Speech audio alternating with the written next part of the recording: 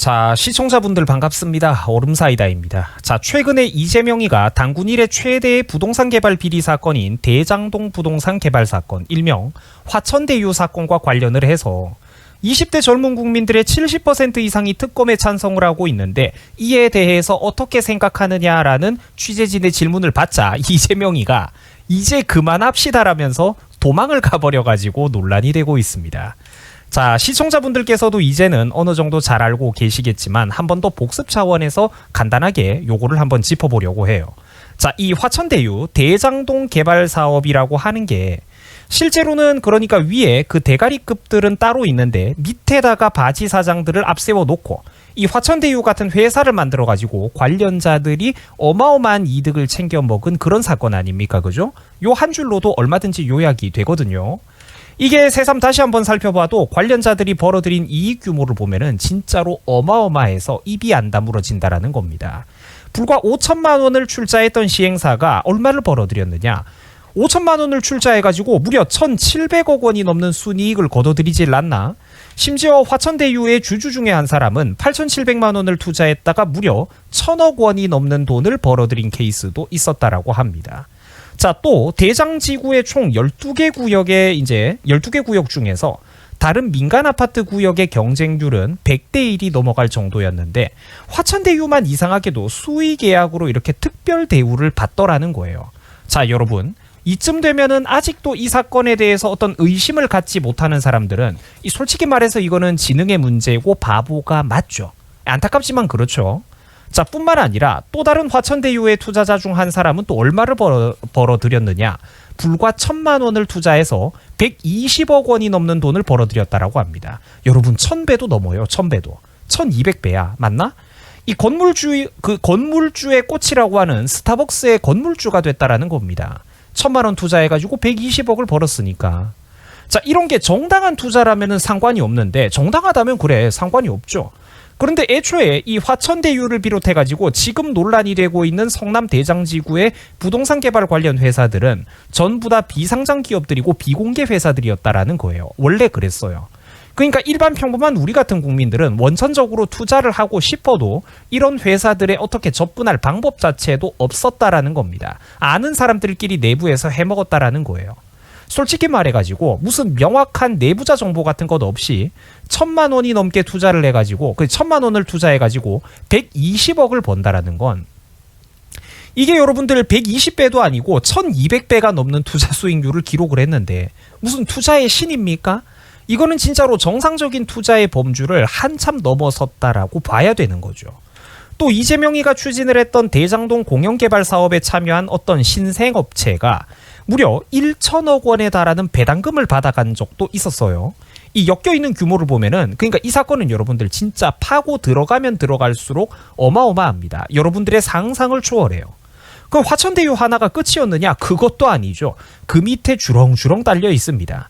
화천대유 밑에 그 자회사로 천화동인이라고 해가지고 1호부터 7호까지 있고 또 그 화천대유 대주주와 온갖 사람들이 엮여 있어요. 지인격인 그런 가족들, 변호사, 회계사, 또 심지어 기자들까지 엮여 있더라는 겁니다. 줄줄이 엮여 있는 거죠. 보시면은 이 천화동인의 주주라는 사람들도 전부 다 투자금 대비 기본 1,000배가 넘는 어마어마한 수익률을 거둬들였습니다. 1억을 투자해가지고 1,200억을 벌고 870만 원을 투자해가지고 101억 원을 벌어들인 사람도 있고요. 제일 밑에 요 사람은 1,000만 원을 투자해가지고 121억을 벌었다라는 겁니다. 진짜 어마어마하죠. 저게 아까도 보셨던 그러니까 스타벅스 건물주의 사례예요. 1,000만 원을 투자해가지고 120억을 벌어들인 겁니다. 서민들은 한 달에 잔업 그거 몇 시간 해가지고 그 밤늦게까지 일을 해가지고 잔업 뛰고 야간 뛰고 이래가지고 그거 푼돈 몇만 원 더 벌어보겠다라고 아웅다웅 거리고 있는데 정치권에 줄 다 있는 인간들 해먹는 규모 한번 보세요. 진짜로 상상을 초월하고 또 현타가 오죠. 자, 이렇듯 다시 봐도 도저히 입이 다물어지지 않을 정도인데 문제는 이 화천대유 대장동 개발 사업 당시 저 개발 사업을 최종적으로 지휘하고 결재한 성남의 당대 시장이 누구였느냐? 이재명이었다라는 겁니다. 재명이가 임기를 지내고 있을 때 벌어졌던 일이에요. 시장이 저런 거를 허가하고 결제 내는 게 바로 시장이 하는 일인데 본인이 저 수조 원대가 넘는 부동산 개발 사업의 자세한 진행 상황에 대해서 몰랐다라고 한다면 이건 여러분들 솔직히 국민들을 바보로 하는 것도 아니고 말이 안 되는 거거든요. 헌데 이 와중에 민주당의 고민정 같은 애들은 대장동이 무슨 국민의힘 게이트인데 특검을 요구하고 있으니까 답답하다라는 둥 정신 나간 소리를 아주 당당하게 떠들어대고 있습니다. 이 궤변도 진짜 이런 궤변이 없는데 이거는 뭐 진짜 화도 안 나고 예를 볼 때면은 좀 황당하기 그지없죠. 이 코미디 프로그램보다 더 웃긴 사람입니다. 자, 아무튼 그래가지고 방금 전에 복습해본 내용들도 솔직히 여러분들도 아실 거예요. 이 대장동 개발 사건 전체 규모에 비하면은 제가 앞서 예시를 들어드렸던 것들도 그 빙산의 일각, 극히 일부분에 불과하다라는 겁니다. 자, 그런데 세상 겁없고 당당하던 양반, 바로 이 이재명이라는 양반이 유독 이 사건, 대장동 개발 사건과 관련해가지고 특검 얘기만 나오면은 주랭랑을 치고 딴소리를 하다가 결국 자리를 뜨고 도망을 간다라는 거죠. 자, 확실히 이재명 본인도 이 대장동 개발 의혹이 자기의 딱 아픈 손가락이라고 생각을 하는 겁니다. 자기 스스로도 이게 딱 후달리는 부분이라고 생각을 하는 거예요. 해명을 하다 보면은 항상 막히는 부분이 나오거든. 자, 최근에 이재명의 지지율은 박스권에 갇혀 있습니다. 자, 그렇다 보니까 본인도 어떻게든 돌파구를 찾아보고 그 발버둥을 치고 있는 그런 상황이죠. 자, 그런데 이 사람은 태생이 어떻습니까? 그렇죠. 자본주의를 싫어하고 시장 경제를 싫어하는 사람들이에요. 그 이런 양반들이 근본적으로 뭐 민생 경제나 국가 경제 거시 정책에 대해서 아는 게 뭐가 있겠습니까? 그죠? 맞아요. 없어요. 없습니다. 아는 게 없어요.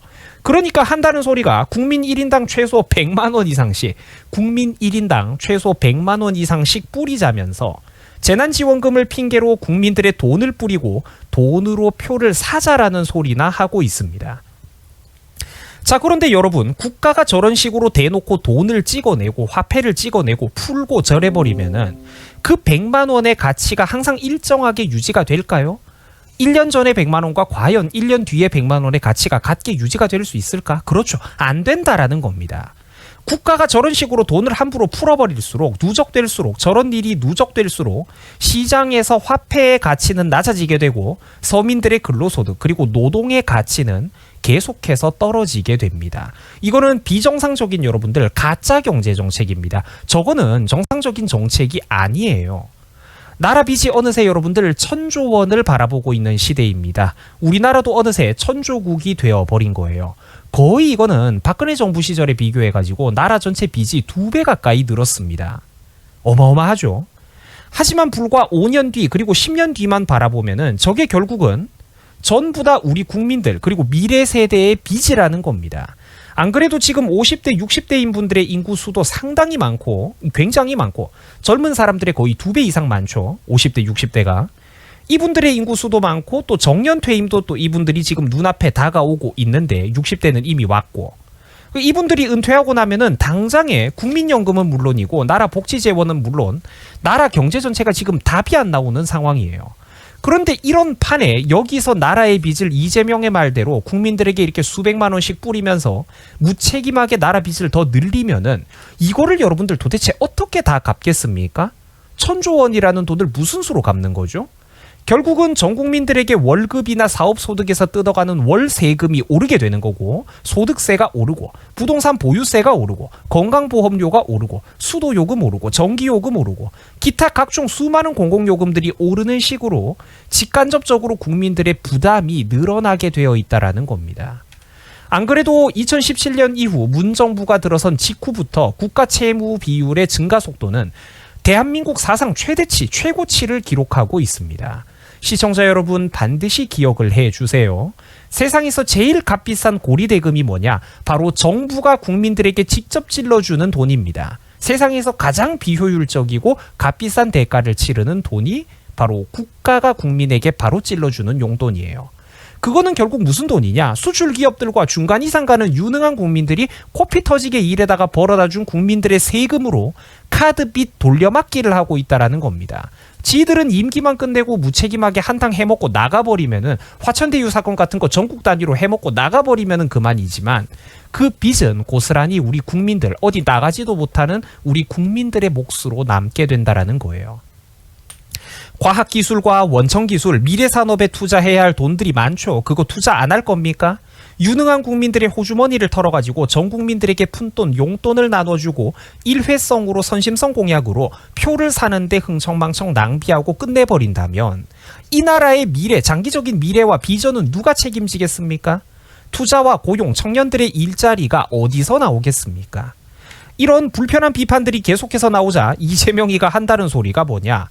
얼마 전에 자기가 로봇 뒤집었던 거 그거 하나 가지고 보수 언론들이 가짜뉴스를 퍼나른다면서 언론 통제 좀 해라. 언론중재법을 이렇게 처리해달라고 또 요청을 하고 있습니다. 난리를 치고 있어요. 여러분들 진짜 무시무시하죠. 자유의 종말이라는 게 여러분들 어디 멀리 있는 게 아닙니다. 이 자유라는 건 결코 공짜가 아니에요. 우리나라 언론인들, 기자분들도 정말로 정신을 차려 주셔야 됩니다. 잠깐 하는 그런 사이에 우리나라 언론인들이 그동안 누려왔던 그 좋은 세월들 다 지나가 버린다니까. 자, 하지만 그 수많은 양심과 경고의 목소리에도 불구하고 이 자료마다 차이는 있습니다만 여전히 이재명의 지지율이 상당히 높죠. 우리나라 대선 후보 1, 2위를 항상 다투고 있는 거를 볼 때면은 이 진짜로 이 대한민국의 미래가 걱정스럽다라는 생각이 듭니다. 저도 저게 여론 조작이면은 좋겠습니다만 사실 우리도 좀 불길하지만 알고는 있죠. 전 국민들에서 정말 한 35%에서 40% 가까이는 이 진짜로 지지하고 있는 게 아닌가라는 불안한 감각도 들죠. 최소한 낮게 잡아도 30% 초반 이상은 이 나라 안에 무슨 일이 벌어져도 묻지마 민주당을 지지하는 콘크리트층이 있기는 있습니다. 그거는 맞죠. 사람들이 그냥 자기 진영 논리에 매몰되어 버려가지고 자기들이 듣기 싫은 정보는 외면해버리는 자기 세뇌에 빠지고 있다라는 거예요. 이 악순환의 연결고리를 부디 우리 현명하신 국민들께서 스스로 끊어야만 합니다. 우리나라 국민들 정말로 이제는 정신을 차려야 됩니다. 한 번만 더 선택 실수를 해버리면은, 실수를 반복해버리면은 이 나라는 정말로 큰일이 나게 될 겁니다. 저 인간이 만약에 과분한 자리에 올라가 버리면은 이 나라는 절대로 두 번 다시 정상적인 위치로, 여러분들이 기억하던 그 자유 대한민국의 위치로 돌아오지 못하게 될 것입니다. 국민들이 부디 가슴 깊이 정신을 차렸으면 좋겠습니다. 자, 여러분들 수고하셨습니다. 고맙습니다. 자, 시청자